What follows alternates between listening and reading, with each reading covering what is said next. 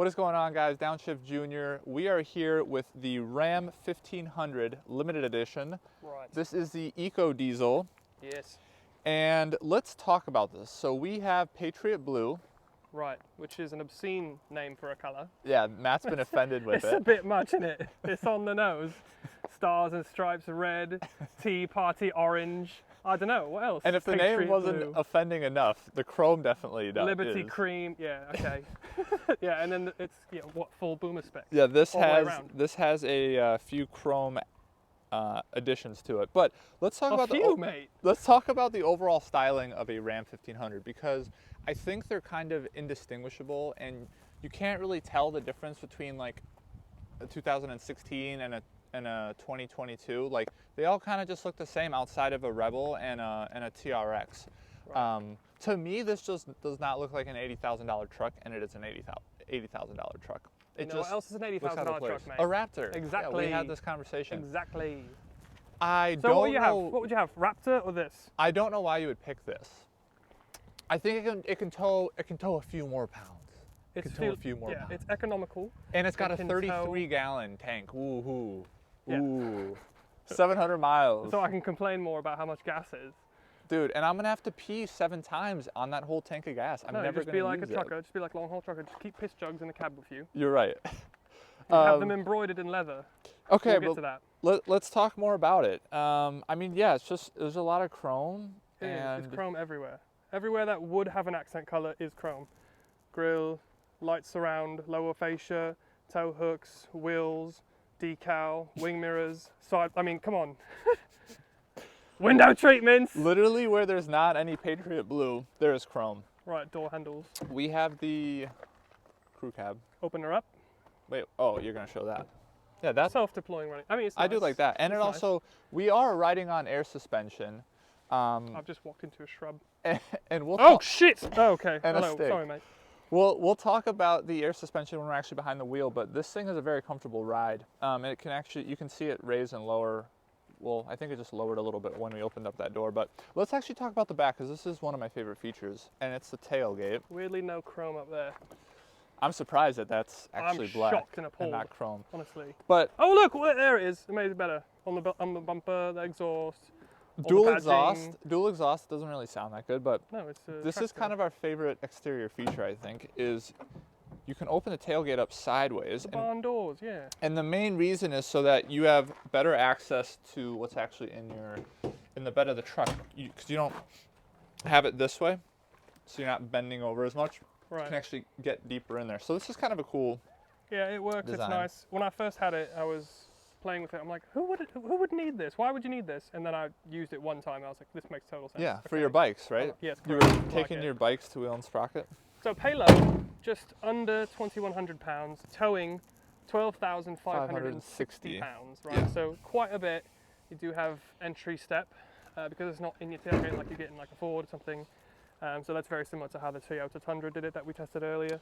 Do you want to stay back here? We can show the exhaust real quick. So we have a V6 3-liter Turbo diesel. diesel. Yep. So it's 480 pound-feet of So torque. you start with the big number. Usually we start with horsepower, but not when it's what? Not when it's a diesel. Not when it's what? Yeah, how not much when it's is 260. it? Okay. 260 horsepower, 480 pound-feet of torque. 260 horsepower. So this in the same size engine that was in my Honda Accord from 1999, it makes 60 more horsepower. Yeah. In a full start. Okay, sorry. Go ahead.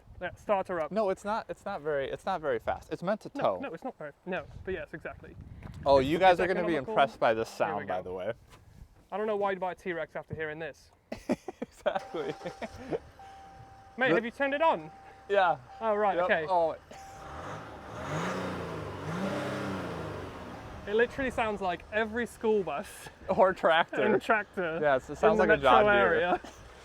Shall we But step inside? Yeah, that's the exterior. Let's talk about the interior. So the best part of this truck, obviously, is the interior. As you can see here, we've got indigo, which is like a nice navy blue, and then they call this sea salt, which is brilliant. It's like a nice heavy canvas type material. Plus you've got like pinstripe, like Al Capone style wood inlays, which of course is not wood. It looks like denim. Really nice stitching. It's not, mate. It does not. I know. Well, it kind of does. It kind of does. He's got an aversion to denim. I hate I don't know denim. why. It's very But un-American look at of this him. design. It is so cool. Right, look at this Harman kardon. system. It sounds brilliant. It looks brilliant as well. Yeah. We've got this knurled effect here. I mean, like, this is a perfect illustration of what you're getting on the interior. This is you good. don't get this from any other truck, which is fantastic. Good. Also, the interior is good. This is legitimate Maybach stuff right here. Mm-hmm. So that's really cool. It is still a truck in the sense that you can fold these up, and then you've got some like storage and stuff down under here. But with this down, I'll use the leather wrapped handle real quick. Pop in. It's huge. It's magnificently large. And then I've also got heated seat down here. I've got cooled seat down here. I can't have them both on at the same time, so it's not like a BMW, but you know, that's fine. I don't know why you need that. Then you've got charger here. Can you show them how your chin is on my knee? Best buds in it. But you've got dual mat pockets back here. Weirdly, no sunroof. You know, not even like a small one. Alcantara though. But yes, you've got this lovely like micro suede Alcantara kind of headliner here. I just read it. Brilliant. And then these are really cool. I think it's 19 speakers, 16 or 19. However many there are, it's the right number. It sounds good. It's the right two behind the head. Right. A lot of room back here. It's just this folds down to give you another little, and like look at like this detail they did not need to do, stitching, right? But they have done. The diamond stitching. It's right? The interior is amazing, and the ride quality is so good with this air suspension. We'll have Matt jump in the front. Okay. So I mean, so this is celebrating, I believe, 10 years of the limited trim in the Ram. Congratulations, happy birthday, I suppose. I don't know. But I think to me the thing that's most astounding is in a Ram, in something like, I can't even say in this price point because it is $80,000 fucking dollars, but you get a lot of like nuance and a lot of diversity of materials. Like you've got this like faux wood, you've got quilting up here on your dash, Harman Kardon speakers up here. This has a texture to it. This is stitched. This is stitched. This is, you know, different. I mean, it's all really good. Of course, this feels good. It's got kind of like dimples on the back. I really like the way it feels, yeah. But it, you know, if you really get into it, you can kind of see it's not actual wood. I feel like it's special in here for it's very special. How bland the exterior is and how they all just look alike. I feel like the interior more than makes up for it. Like it is really special in here. It is fantastic in here. Now I will say, you look out here, you have a nice head-up display. You've got a partially digital gauge cluster, which is totally fine with me. It's, you don't have like the night vision that you would in a Jeep, but do you really need that? Probably not.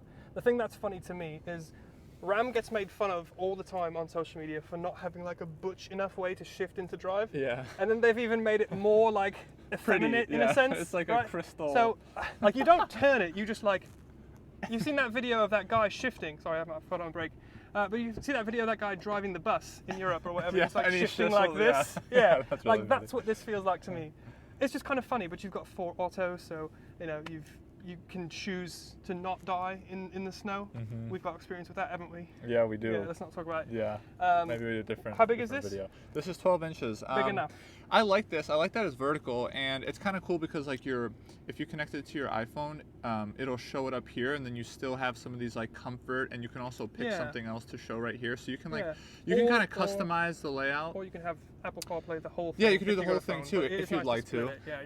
My one complaint I think on the interior is, well, one that this kind of looks like denim, which whatever, that's just a personal thing. But this is move on, mate. This is get on with our lives. This is a bit laggy.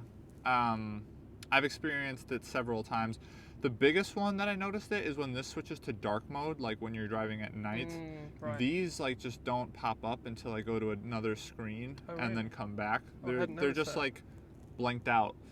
But let's just talk about your trailer stuff for a second, because I think that's where you're going to spend most of your time. So if you buy this thing, because it basically has a tow package on it, but you got some good rear view cameras if you'd like. Yeah, it can help you out with where you're going to go directionally.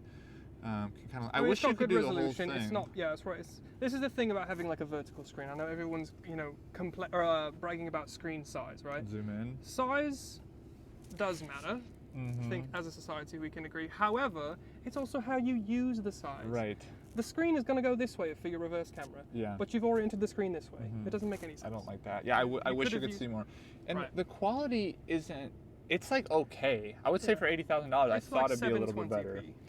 Right. But you also have your trailer steering down here. Brake gain, trailer steering. This, of course, is your leveling on your air suspension. And it'll automatically kind of adjust based on your speed. So on the highway, it'll kind of hunk it down a little bit. It's nice. It makes a lot of sense. Yeah, you can raise it up if you're, trying to go on some dirt roads or whatever. Let's talk about your amenities, right? Talk about this, because you can actually move this, which is pretty cool, and you open up a huge, deep storage area. Right, another big, like 115 volt, like house outlet there. 2 wireless charging pads that work iffy, but then you've got dual USB-Cs, USB-As, and then you've got towing cup holders, wrapped in denim, apparently. And then, should we show them this? The underside of this, right? So you've got like Pythagorean's theorem over here, which is brilliant. And Wish I could have used this in school. Tan, you know what I mean? cosine, and sine. Yeah, right. Oh no, it actually does have Pythagorean's theorem. Yeah. Holy shit! I was just joking. My God. Yeah, I could have just taken this off as like a cheat sheet. Right, like 8th grade math. Question, mate. You've succeeded in life so much that you've got $70,000 limited truck. Your interior looks like this. Are you a contractor that needs this? No. Probably not. And like that's not really. I'd much rather just sit on my phone and look it up than bend my head this way. Right. This you know is what I not mean? super convenient. The Ford F-150s, they have it on the tailgate. Yeah, that makes sense. That makes more It's sense. There's a probably where you're ruler gonna use there. it. There's a protractor So you're there. cutting some wood, and you're gonna come in here to look at this real Right. quick. Let me just make sure I have the tangent of the. Yeah. No, it doesn't Okay. make a whole lot of Should we sense. go for a drive? Ram 1500 limited EcoDiesel. Gutless. There's turbo. Shifting once again at the high rate of 3,900 RPM. Not even 4,000, mate. Let's not get carried away. This is not a LaFerrari. Some nice power, 260 horsepower, but that's nice. 480 pounds-feet. Mm-hmm. I mean, I'll be honest. It's not fast. That's not the point. No, it's not. However, it is fun and stupid. Like you could see, just gutless, and then boom, wave of torque. Yeah, a little bit of power. Like that's kind of fun. Some drama. And you know what else is nice? 25.4 mpg. That's really not bad, and that's mostly like city driving, right? Yeah. Yep. They dropped this thing off 628 miles of range. Insane. I don't know. I think I mentioned it. It's got a 28 standard gallon tank, or you can get an optional 33. I think I did mention it on the exterior. Yeah, because we made fun of those having piss jugs in the cabin. Like that Bronco. I mean, yeah, it's nice. They were trying to sell it earlier this year. But anyway, this Ram. Yes. Let's talk about this Ram. Okay. Watch this.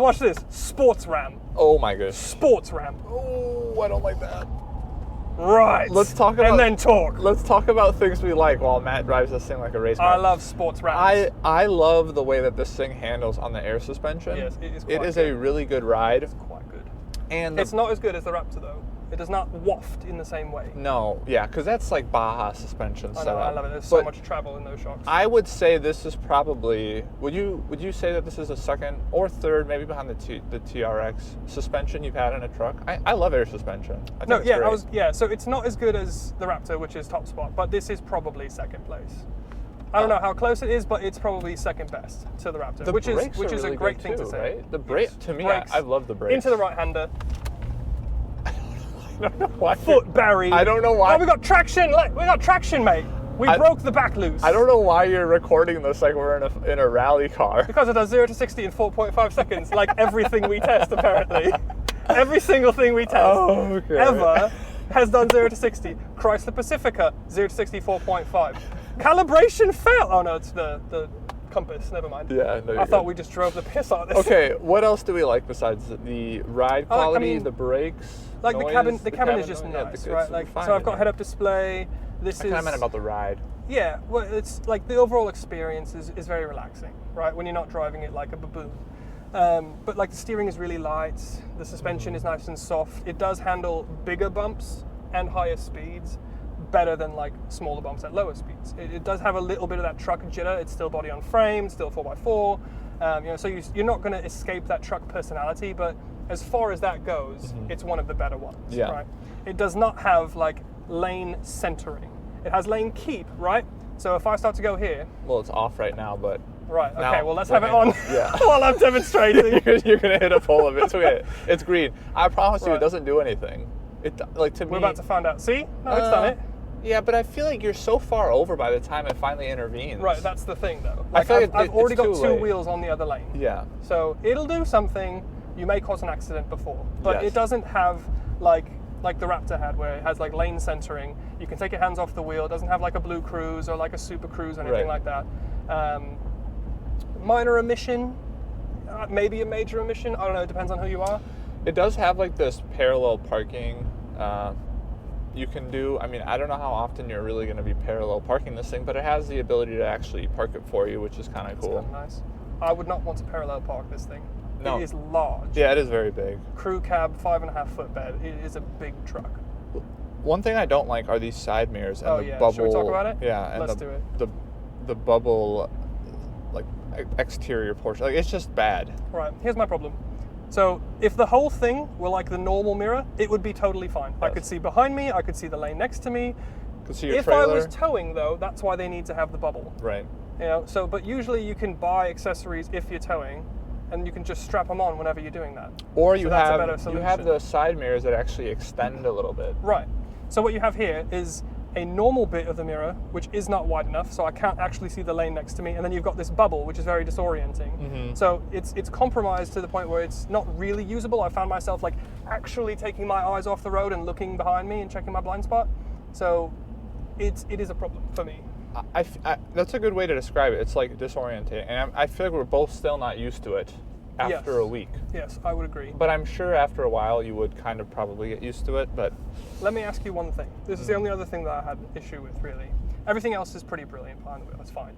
The only other thing that I had issue with, aside from mirrors, is when I first got in this thing, the dash and hood seems quite high, and the roof seems a little bit low. So the frontwards visibility, then with this hanging here, I felt like was taking up a lot of visibility for me out the front. Yeah, you don't. Did you feel that way or no? You don't have. I did kind of feel like, wow, it's super spacious, but I don't have a lot of good visibility. Yes, so I did kind of feel like that. I mean, especially the WRX had a front windshield double the size of this. Yes. No, absolutely. I could see 4 times as much in the WRX windscreen. Yeah, which is kind of crazy to think about. Which is insane, yeah. I don't know if you noticed, but I had my foot pinned to the floor for like 8 seconds. And we moved a little bit. Yeah, this thing handles well. I like. I think it handles well. I do like the fact that it has 4-wheel drive auto, especially in the Midwest. I feel like that's key. You don't want something that just has 2 high, 4 low, and 4 high because your Jeep, my 4Runner, where it has 4 high, but it's only good for 55 miles an hour. Exactly, right? And then you end up in 2 high, and then you hit a patch of ice on the highway going 80. Right, and this is all hypothetical. This has never happened to us. And then you and your friend end up going off of the road, hitting a fence, and almost flipping the Jeep going 80 miles an hour in 6 inches of snow. Right, and then you're traumatized, and then you have to get Culvers later in the day. You had to get Culvers to settle yourself down. And your steering wheel was like this the whole way. Going all the way home for 3 hours. Yes, hypothetically. This is a very specific hypothetical.